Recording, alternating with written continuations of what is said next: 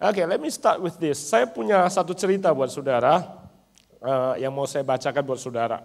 Pagi hari ini saya mau baca 3 surat nanti. Yang pertama ditulis oleh seseorang kepada Departemen Bantuan Teknis.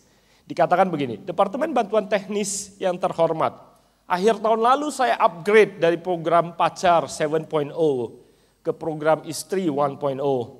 Dan menemukan bahwa program yang baru ini tanpa diperintahkan segera memulai proses pencetakan anak yang sangat banyak, yang menghabiskan tenaga, kapasitas memori, dan sumber daya yang amat berharga. Di mana perihal ini tidak pernah diinformasikan secara jelas di dalam brosur sebelumnya.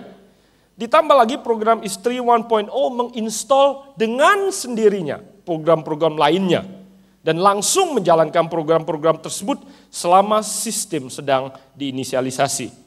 Di mana Istri 1.0 juga memantau semua aktivitas sistem lainnya dan program-program aplikasi seperti Spot 10.3, Mancing 2.5, Nonton Bola 5.0, semuanya tidak lagi bisa berjalan sebagaimana sebelumnya. Karena menyebabkan sistem crash down setiap kali program aktivitas ini dicoba untuk dijalankan. Sepertinya program Istri 1.0 tidak mungkin dijalankan sambilan di background. Bersamaan dengan upaya saya untuk menjalankan aplikasi-aplikasi favorit saya lainnya. Saya sedang berpikir untuk kembali ke program Pacar 7.0. Tetapi ternyata perintah uninstall sama sekali tidak bisa dilakukan terhadap program ini. Dapatkah Anda menolong saya? Terima kasih sebelumnya dari pengguna komputer yang malang. Ini jawaban dari Departemen Teknis, Departemen Bantuan Teknis, yang kekasih pengguna program yang malang. Ini adalah masalah yang sangat umum yang dikomplain oleh kebanyakan pria, karena pengertian mereka yang salah. Banyak pria melakukan upgrade dari Pacar 7.0 ke Istri 1.0, dengan berpikir bahwa Istri 1.0 adalah program utilities, pelengkap, dan hiburan. Program Istri 1.0 adalah operating system, dan didesain oleh penciptanya untuk menjalankan semua program. Dan sepertinya mustahil untuk saudara bisa menghapus Istri 1.0 untuk kembali ke Pacar 7.0. Selain itu juga tetap tidak akan ada gunanya, karena operating files yang tersembunyi di dalam sistem saudara akan membuat program Pacar 7.0 juga meniru Istri 1.0. Saudara tidak akan bisa uninstall, delete, maupun remove semua program files yang ada dari sistem saudara. Begitu saudara menginstalnya, saudara tidak bisa kembali ke Pacar 7.0 karena Istri 1.0 tidak didesain untuk bisa menerima itu. Ada beberapa orang mencoba menginstal Pacar 8.0 atau Wife 2.0. Tetapi akhirnya mengalami masalah yang lebih besar dari keadaan yang semula. Cobalah Anda baca buku panduan yang ada. Saya menganjurkan Anda untuk tetap mempertahankan program Istri 1.0. Cobalah atasi keadaan yang ada dengan menginstal program-program aplikasi seperti program .2C.2 ya sayang, untuk mengurangi augmentasi sistem yang ada. Dari pengalaman saya pribadi yang juga sudah menginstal program Istri 1.0, saya ingin anjurkan Anda untuk membaca buku panduan bagian penuntasan masalah, di mana dianjurkan untuk saudara mengambil tanggung jawab atas semua kesalahan dan masalah yang muncul, terlepas dari apapun dan siapapun penyebabnya. Dan jalan keluar terbaiknya adalah memasukkan perintah C.2 sekaligus untuk menghindari pemakaian fungsi C.2 ya sayang yang berkelebihan, yang akhirnya juga harus memaksa saudara memakai perintah C.2 Oleh sebab itu terlebih dahulu kembalikanlah operating system kepada keadaan normal di dalam kondisi apapun juga. Sistem akan berjalan lancar selama saudara yang mengambil tanggung jawab atas semua crash down yang terjadi.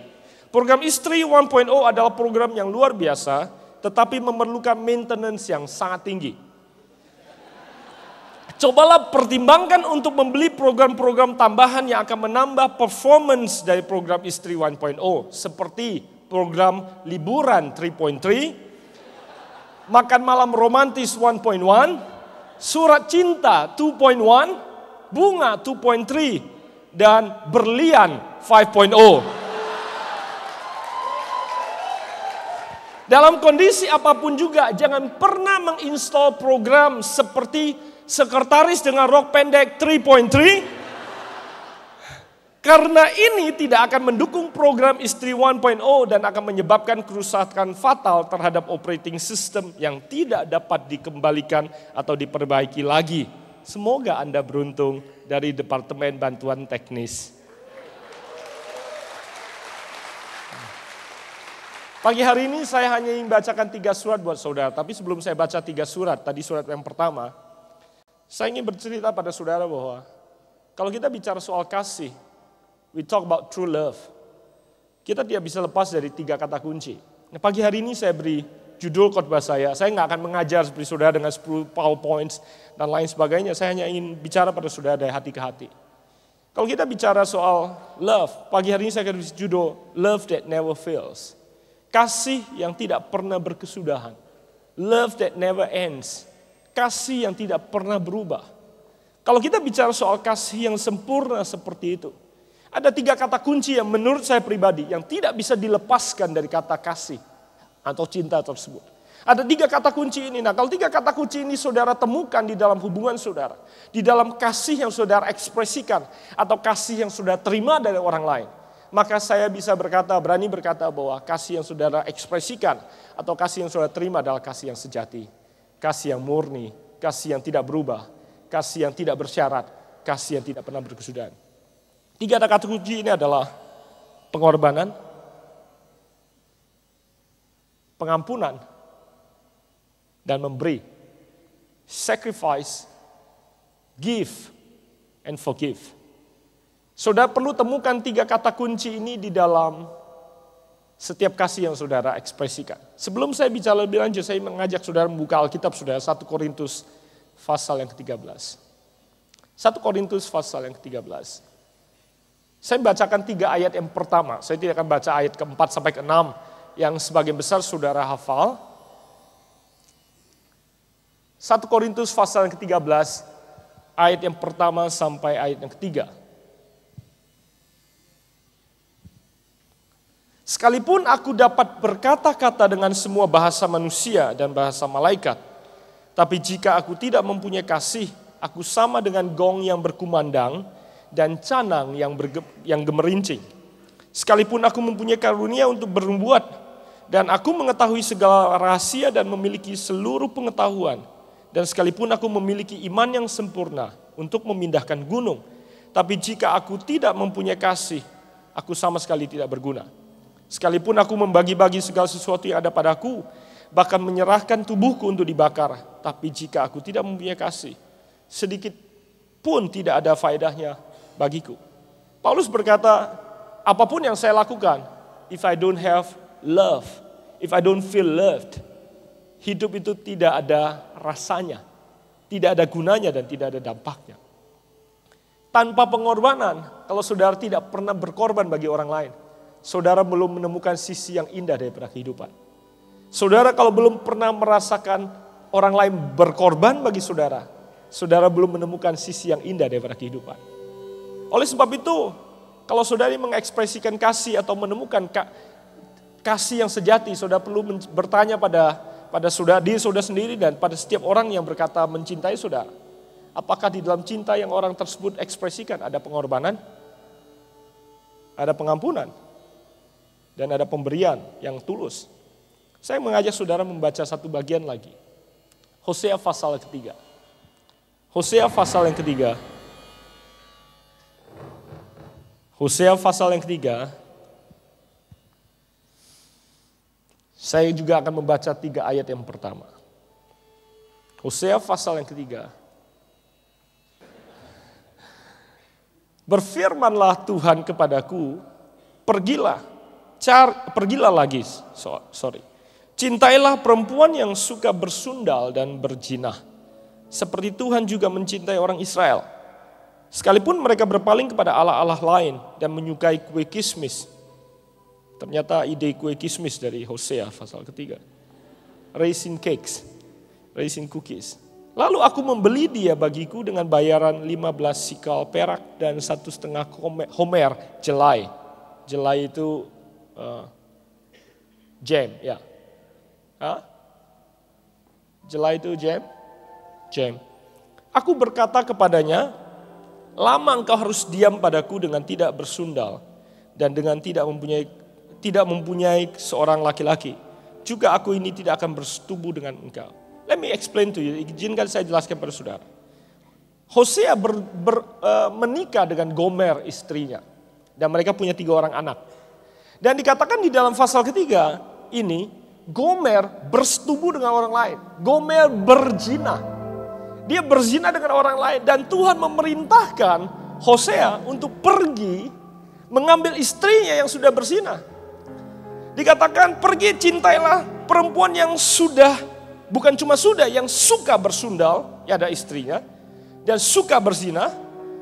Dan Tuhan berkata, go and get your wife seperti aku mencintai orang Israel yang terus berselingkuh dan mengkhianati aku. Can you imagine what kind of sacrifice God is talking about?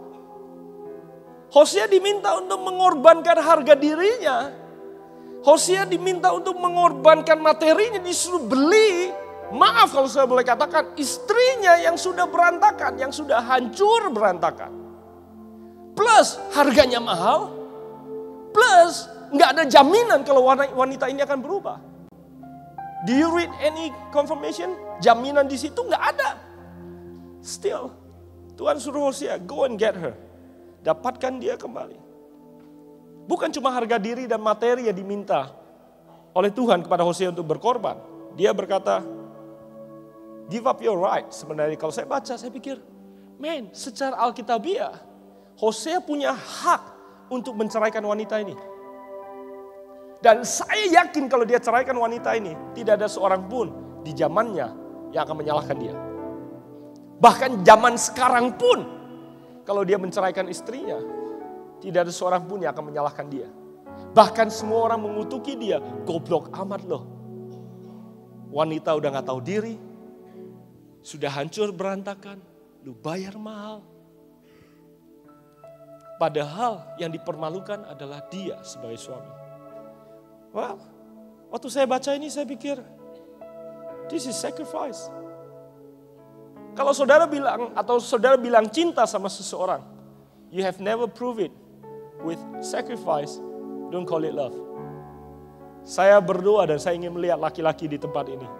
If they say, I love you, kualitas daripada love yang kau buktikan, itu bukan cetek, bukan cemen, dan bukan murahan. If you say love, the quality of your love, sedalam pengorbanan yang berani kau berikan. Oleh sebab itu girls, kalau ada orang yang bilang mencintai engkau, saya berdoa supaya engkau punya standar yang sangat tinggi tentang what love means. Pengorbanan tidak selalu bicara soal uang. Halo? Bukan soal uang saja. Walaupun uang bisa menolong. Berlian 5.0 menolong. Kita bisa lihat kalau itu pengorbanan. Yang kedua saya ingin bicara pada saudara soal forgiveness. Kasih yang berkesudahan itu mengampuni. You can never love somebody without forgiving that person. Saudara tidak bisa mengasihi seseorang tanpa mengampuninya. 1 Yohanes 4:18 berkata, saya bacakan buat saudara. Dalam kasih tidak ada ketakutan. Kasih yang sempurna melenyapkan ketakutan, sebab ketakutan mengandung hukuman. Dan barang siapa takut, ia tidak sempurna dalam kasih. Makanya kita tidak takut mendekatkan diri kepada Tuhan. Karena kita tahu ada pengampunan. Nah pagi hari ini kalau saudara masih takut untuk mendekatkan diri pada Tuhan, saya rasa saudara tidak merasa yakin dan pasti saudara diampuni oleh Tuhan. If you know that you are forgiven, tidak ada ketakutan di situ karena kasih menutupi segala sesuatu. Amin. Dan yang sering saudara dengar di sini adalah love is the desire to give, to benefit others. Kasih adalah keinginan, kerinduan kita untuk menguntungkan orang lain. Pada waktu yang bersamaan, nafsu adalah keinginan orang untuk mengambil dan menguntungkan dirinya kalau perlu korbankan orang lain. Nah, look into the relationship you have Lihat ke dalam setiap hubungan yang kau bina. Apakah dalam hubungan tersebut, saudara selalu ingin menguntungkan diri sendiri, mengambil dari orang lain? Atau orang tersebut selalu ingin mengambil untuk keuntungannya sendiri dan mengorbankan saudara? Kalau ya, that's not love. Tapi kalau dalam hubungan tersebut, saudara selalu ingin berkorban, mengorbankan dirimu untuk kepentingan orang yang kau bilang kau kasihi. That's love. You can give without loving, but you cannot love without giving. Saya ingin tunjukkan pada saudara dua hal yang saya pribadi lakukan sejak Natal tahun lalu. Saudara, Lebaran tahun lalu, istri saya duduk dengan saya. Dan saya tidak perlu tunjukkan pada saudara kelemahan saya, saudara tahu saya bukan orang sempurna. Dan istri saya point out beberapa hal kepada saya. Betapa kurangnya saya dan lain sebagainya. Dia ungkapkan perasaannya, betapa dia kecewa, sedih dan lain sebagainya. Dan nggak peduli berapapun saya bertekad dan saya tahu saya mencintai dia. Tetap apa yang dia mengerti yang menentukan, betul kan? Saya dalam hati saya boleh bilang I love you with all my heart. Tapi kalau dia tidak bisa merasakannya dan dia tetap mengungkapkan kekecewaannya, berarti dia benar, saya tetap harus bertanggung jawab. Seperti tadi anjuran departemen teknis. Oleh sebab itu saya ingin mengungkapkan rasa kasih sayang saya pada dia. I know that I cannot love without giving. Tapi saya tahu saya juga tidak punya berlian 5.0 yang saya bisa berikan pada dia. Dan selama 9 tahun saya menikah, saya belum pernah berikan sesuatu yang membuat dia terharu. Dan saya berhasil, saya mau cerita pada saudara, saya berhasil bukan karena hebat, tapi saya berdoa. Saya berdoa, God, saya mau berikan sesuatu yang membuat dia know that I love you so much. Dan ini saya mau tunjukkan pada saudara, yang satu adalah diary. Saya berikan pada Hana waktu Natal yang lalu, saya minta salah seorang teman kita, Awi dan Fen dari Aksio, mereka bantu saya bikin diary ini. Diary yang personal, dalamnya foto saya, foto anak-anak saya, foto dia, dan saudara kalau mungkin bisa lihat ada foto Hana ini handmade. Dan waktu saya berdoa, Tuhan saya ingin kasihkan sesuatu pada Hana. Dan saya kemudian telepon Fen, saya bilang, can you help me out? Saya minta Grace kasih saya foto-foto Hana dan lain sebagainya. Dan saya tulis di situ, honey, you help me see my imperfect self, strengthen me at my weakest point. Encourage me when I'm almost giving up. You make me and help me become who I am today. Thank you, I love you for it. Saya kasih dia Natal ini, ada foto saya yang keren. Ada foto anak-anak saya, dan ada tulisan-tulisan tertentu, dan dia menangis waktu dia dapatkan ini. Saudara tidak bisa hitung ini dengan nilai rupiahnya, tidak ada. Ini priceless karena tidak bisa dibeli. Kemudian Valentine yang lalu saya kumpul dengan Date Cilandak. Date Cilandak punya kebiasaan kalau Valentine atau ulang tahun, suaminya harus berkata-kata sesuatu tentang istrinya. Temanya pada waktu itu adalah bahwa tell the sweetest moment dalam hubungan kalian berdua. Saya pikir kalau saya cuma ngomong saja, ya saya ingin tunjukkan sesuatu yang lebih. Nah, saudara, saya bukan orang yang sangat handy bikin creative things. Saya sama sekali nggak romantis, dan ini bukan, this is not me. I have to sacrifice to do this. Buat beberapa orang ini normal. Saudara, saya pergi ke mall, saya cari amplop, saya cari warna yang Hana suka, saya cari bunga, saya minta orang tempelkan. This is small things buat saudara. Tapi karena Hana tahu saya, Hana tahu bahwa this is big deal buat saya. So I went to do it, dan ini surat yang saya bikin, saya potong sendiri, saya dengan bantuan teman-teman yang guntingin di kantor, guntingin double tape karena saya not handy dengan double tape. Saya tulis begini, saya membacakan buat saudara. Dear honey, looking back into our marriage the past 9 years, these are the things I see which really make me feel or felt love whenever I think about it. Do you know that I felt love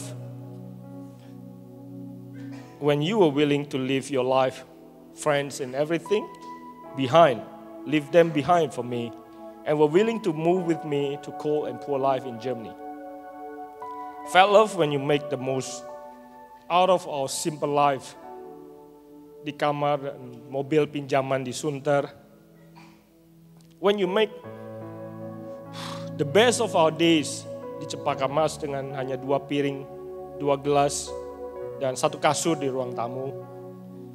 Whenever you make me feel needed despite all my weaknesses. Sorry, saya baca dalam bahasa Inggris karena saya tulis dalam bahasa Inggris. You can still find parts of me to make me feel so big. Kamu selalu bisa temukan sesuatu dalam diri saya, terlepas dari semua kelemahan saya, membuat saya merasa begitu besar. Whenever you present me as a hero in front of my kids, setiap kali engkau menunjukkan saya sebagai pahlawan di depan anak-anak saya merasa begitu bangga. Padahal saya tahu, although I realize many times I'm not. Padahal saya tahu saya seringkali bukan seorang pahlawan. I felt love when I see you always giving your best life and time to our kids. I felt love whenever I see you angry because you are jealous. I love you and I really hope that in the years to come, I will improve in communicating and expressing my love to you the way you did to me. Today I'm giving you my renewed commitment to love you, cherish and always care for you for the rest of my life. And I thank God for you, your hubby. Saudara, saya tidak perlu tunjukkan kelemahan Hana kepada saudara untuk bisa berkata pada saudara bahwa itu saya tuliskan kepada seorang wanita yang juga tidak sempurna, dari seorang pria yang tidak sempurna. But the good news is, every one of you, setiap saudara bisa memberi seperti itu. Setiap saudara punya kemampuan untuk berkorban seperti itu. Setiap saudara bisa mengampuni seperti Kristus mengampuni kita. Buat saya orang yang paling romantis di muka bumi ini adalah Kristus. Karena dia berani berkorban dirinya. Kasih yang sempurna dia buktikan dengan kematiannya. Padahal risiko begitu besar untuk setiap kita menolak cintanya. Buat saya pribadi yang paling romantis adalah Yesus. Nah, saya ingin baca surat saya terakhir. Kemudian saya mengajak saudara berdoa. Ini Valentine letter saya kepada Yesus. Saya tulis begini. Dear Jesus, looking back into our relationship the past 20 years, these are the things I see which really make me feel love whenever I think about it. Tuhan Yesus, melihat hubungan kita 20 tahun terakhir ini, inilah hal-hal yang aku lihat yang membuat aku merasa begitu dikasihi setiap kali aku memikirkannya. Aku merasa dikasihi pada saat aku melihat engkau rela meninggalkan teman-temanmu, kehidupanmu. Semua engkau tinggalkan dan bersedia untuk datang dan tinggal di dalam aku. When you were willing to leave your life, friends and everything behind for me and were willing to live in me. Whenever you make me feel needed, setiap kali engkau membuat aku merasa dibutuhkan, despite all my weaknesses, terlepas dari semua kelemahanku, you still use me, engkau tetap memakai aku. You still trust in me, engkau tetap mempercayai aku. And you can always find parts of me to make me feel so big. Selalu bisa menemukan segala sesuatu dalam diri aku yang bisa membuat aku merasa besar. Whenever you present me as a hero in front of people, di mana setiap kali engkau memajangkan aku seperti ibarat seorang pahlawan di depan orang, di depan istriku, di depan anak-anakku, dan betul-betul membuat aku merasakan seperti seorang pahlawan. Although I realize many times I'm not. Walaupun sering kali aku menyadari aku bukan. I felt love, aku merasa dikasihi pada waktu aku melihat engkau membayar harga untuk menggantikan nyawaku di atas kayu salib, untuk menebus semua kebodohanku. I felt love whenever you are angry because you are jealous of me having an affair with sin. Saya merasa dikasihi setiap kali engkau melihat engkau marah, waktu engkau cemburu melihat aku hidup membangun hubungan selingkuh dengan dosa. Yesus, aku sungguh mengasihimu, really love you, and really hope in the years to come, I will improve in expressing my love to you. Saya akan bertambah di dalam upaya saya untuk mengekspresikan kasih kepadamu, the way you did it to me, sebagaimana engkau melakukannya kepadaku. I'm giving you my life, giving you my renewed commitment to love you, to serve you. And we always care for others for the rest of my life. The same commitment yang sama bisa setiap saudara lakukan pada Kristus pagi hari ini. Saudara tidak pernah merasakan sukacita karena saudara belum pernah memberi dalam kehidupan.